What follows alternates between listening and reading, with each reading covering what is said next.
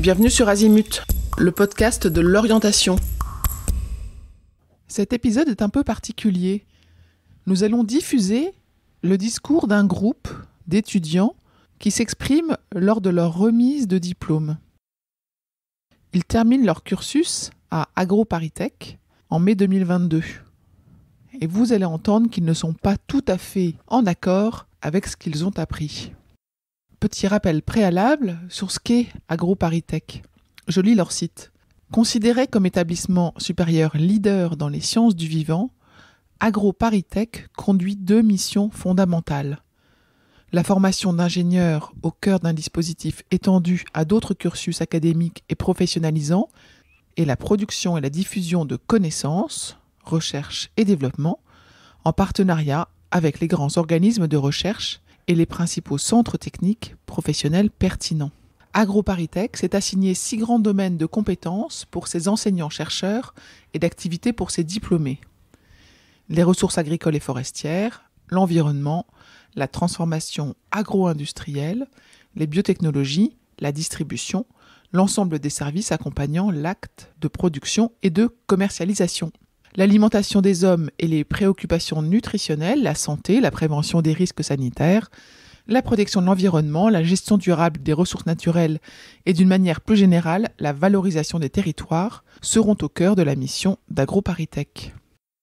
Il semblerait néanmoins que ce n'était pas ce qu'on pensait de leurs études, un groupe qui se fait appeler les agros qui bifurquent. Je leur laisse la parole, donc il s'agit de discours de remise des diplômes. Bonne écoute.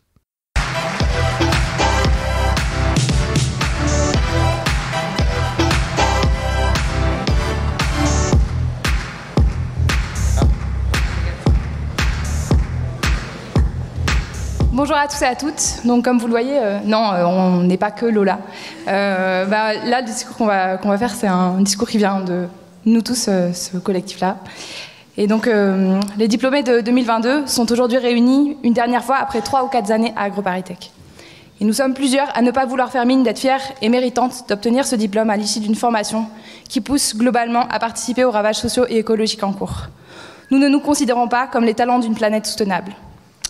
Nous ne voyons pas les ravages écologiques et sociaux comme des enjeux ou des défis auxquels nous devrions trouver des solutions en tant qu'ingénieurs. Nous ne croyons pas que nous avons besoin de toutes les agricultures. Nous voyons plutôt que l'agro-industrie mène une guerre aux vivants et à la paysannerie partout sur Terre. Nous ne voyons pas les sciences et techniques comme neutres et apolitiques. Nous pensons que l'innovation technologique ou les start-up ne sauveront rien d'autre que le capitalisme. Nous ne croyons ni au développement durable, ni à la croissance verte, ni à la transition écologique, une expression qui sous-entend que la société pourra devenir soutenable sans qu'on se débarrasse de l'ordre social dominant. AgroParisTech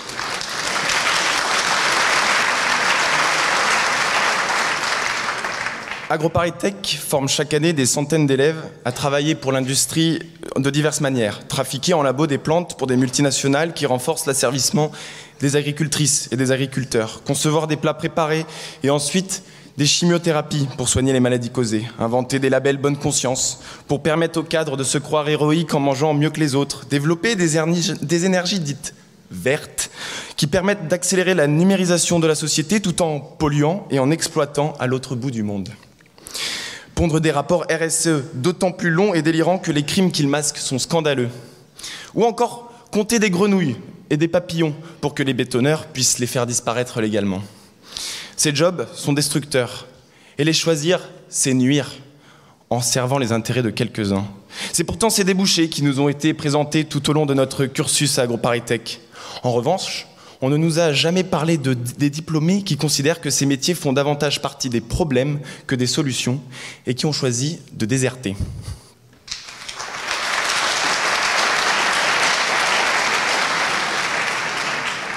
Nous nous adressons à celles et ceux qui doutent, que ce doute soit quotidien ou fugitif.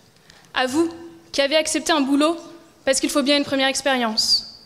À vous dont les proches travaillent à perpétuer le système et qui sentez le poids de leur regard sur vos choix professionnels. À vous qui, assises derrière un bureau, regardez par la fenêtre en rêvant d'espace et de liberté. Vous qui prenez le TGV tous les week-ends en quête d'un bien-être jamais trouvé.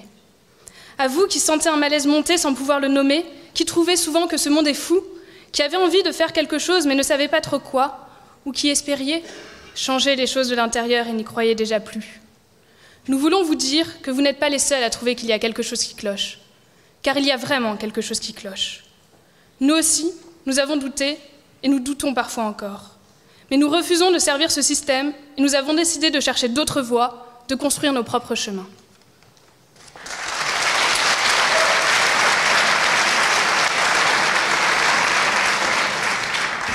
Comment est-ce que ça a commencé ? Nous avons rencontré des personnes qui luttaient et nous les avons suivis sur leur terrain de lutte. Ils nous ont fait voir l'envers des projets que nous aurions pu mener en tant qu'ingénieurs. Je pense à Christina et Emmanuel qui voient le béton couler sur leur terre du plateau de Saclay. Je pense à ce trou desséché, une compensation bien dérisoire à une mare pleine de tritons. Ou encore à Nico qui voit de sa tour d'immeuble les jardins populaires de son enfance rasés pour la construction d'un écoquartier. Ici et là, nous avons rencontré des personnes qui expérimentent d'autres modes de vie, qui se réapproprient des savoirs et des savoir-faire pour ne plus dépendre du monopole d'industries polluantes. Des personnes qui comprennent leur territoire pour vivre de lui sans l'épuiser, qui luttent activement contre des projets nuisibles, qui pratiquent au quotidien une écologie populaire, décoloniale et féministe, qui retrouvent le temps de vivre bien et de prendre soin les unes les uns des autres. Toutes ces rencontres nous ont inspirés pour imaginer notre propre voie.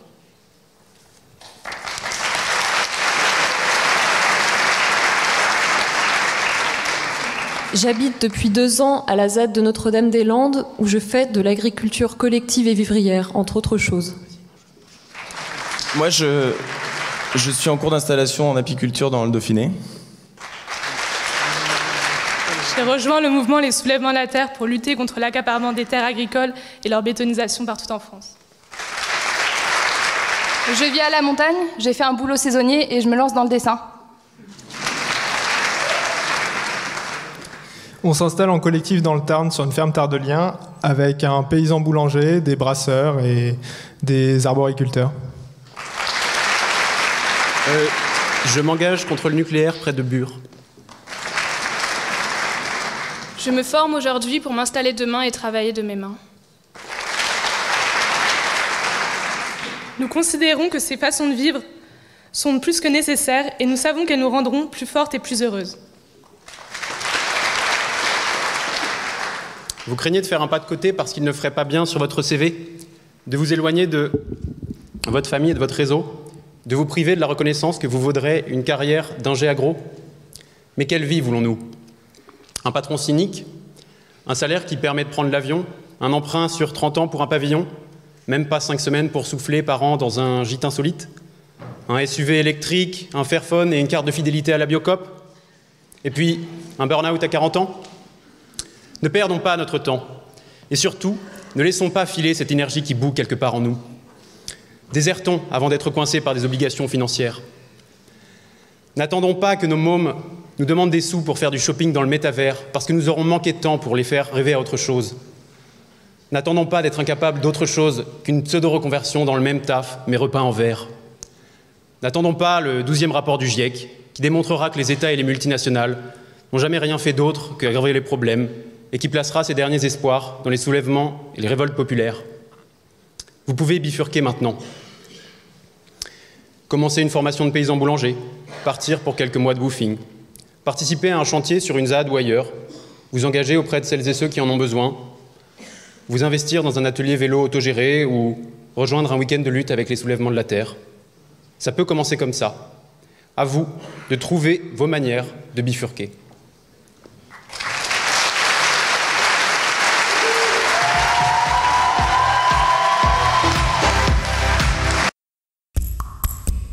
Je vous retiens quelques instants de plus pour vous remercier de votre écoute fidèle.